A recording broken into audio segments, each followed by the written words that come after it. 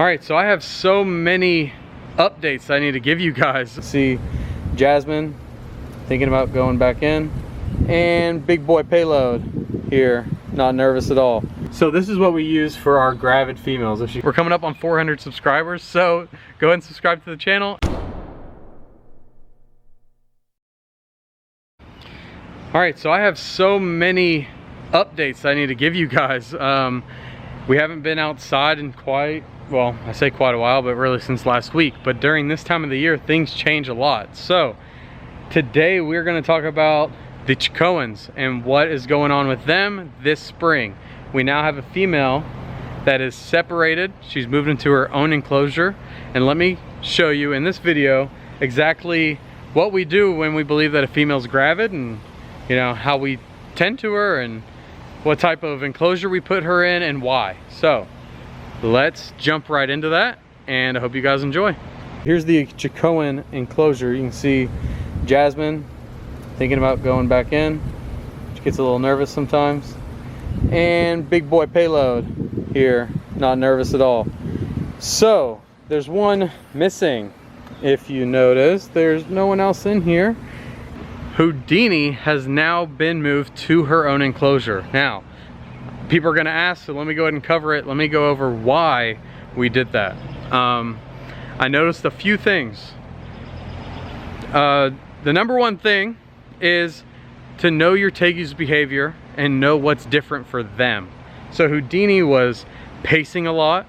Okay, she was just, people call it like glass surfing. Going up and forth, you know, climbing the enclosure back and forth. And then she was also basking for long periods of the day.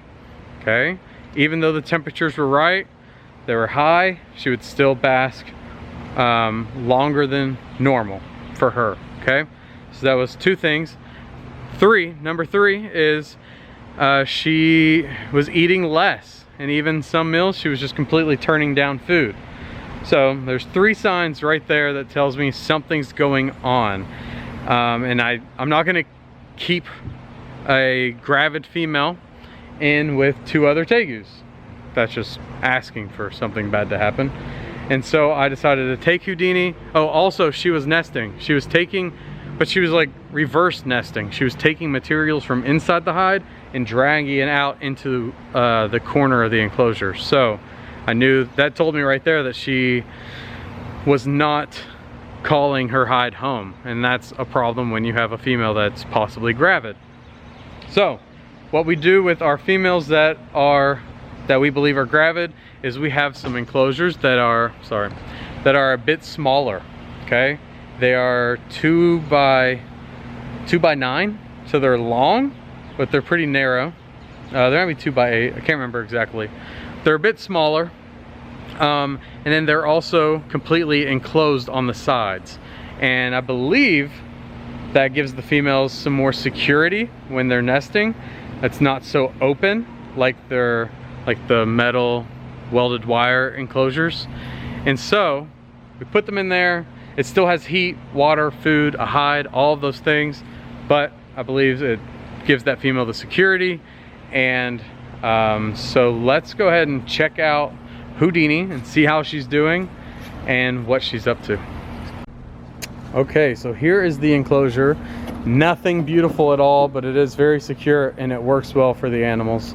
I'm gonna go ahead and open it up and show you guys what it's like on the inside. On these enclosures, we keep 3 latches because we do not want anyone getting out. All right, so it's now opened up, and you can see Houdini pushed her water underneath her basking site, but you know, there's where she can bask back there. We have a lot of nesting material in here, just in case she wants to use it. And then over here is her hide, with, you know, a little hole cut in the front. So this is what we use for our gravid females. If she comes over here, you'll see that she's a little plump. I do believe she's got some payload babies in there. And so that's really exciting news. But yeah, so this is where she will lay her eggs if she is gravid. We believe she is, but you know, we're just gonna keep giving her the best care we can, and we will find out. So here she is. Looks like she's gonna keep her distance for some reason. But yeah, this is how we house our Gravid females. So it's not that I'm trying to, yeah, I guess I am. I'm trying to hide my excitement a bit. I'm trying to keep my emotions, my heart safe a little bit here, but I'm actually, to be honest with you guys, I am like so excited about getting some payload babies. I mean, honestly, I have a hard time sleeping at night. Just waiting for these babies, or the possibility, you know, knowing that Houdini might be Gravid is incredible. Because, you know, I don't know if you guys are breeders, then you know exactly what I'm talking about. But if you're not, just think about something that you have, you know, worked on for years, because we bought Payload and Houdini years ago. I mean, this is like 4 years ago. And so just taking care of them, and which has been a pleasure, but taking care of them and just watching them grow, it's, you know, it's a lot of work, and we might actually be getting close to the fruit of that labor. So join with me in this excitement. Hope for the best. I tell people often, pray to the Tegu gods. I believe they're out there and they're listening. So also, you can like this video, subscribe to the channel if you're also excited about payload babies. I mean, let me just look at her again. Here, let me give y'all a shot. I mean, she's a chunkster. I think we've got some eggs in there, y'all. And also, I put Payload in with Houdini yesterday because I really wanted to see really how she reacted to him and how he reacted to her. And I wanted to see one more lock if it was needed. But she wanted nothing to do with him at all. So he chased her around. He wanted to breed. It went on for like, I watched it go on for about 10 minutes. And then twice she like bit at him. Didn't faze him at all. But she bit at him. She didn't really bite him, but that's super unlike her. She really has never hurt a fly. She could, but she doesn't. She tends to just be more flighty. But she was having a hard time getting away. And so, but that just told me to leave it alone. I pictured them in the wild and he would have never caught her. She would have been gone. And so, trust nature. And I separated them, and she won't be bred anymore. But like I said, pray to those Tegu gods. Also, I heard every new subscriber I get to this channel increases the chances of her being Gravid by 2%.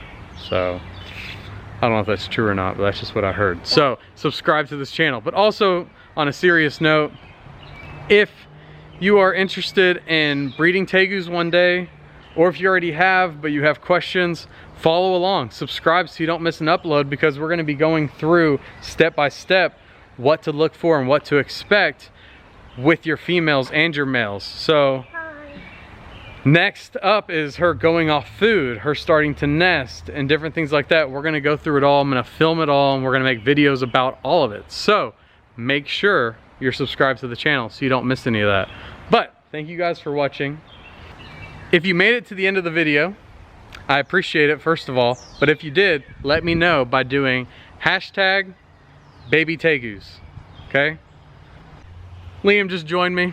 He's gonna be part of the outro. He's got a headset on because he's a pilot. I don't know. What do you have a headset on? Okay, so I've got a strange son. I don't know if any of you guys have some kids, but you know, they're a little cuckoo. They're a little strange, but they're fun.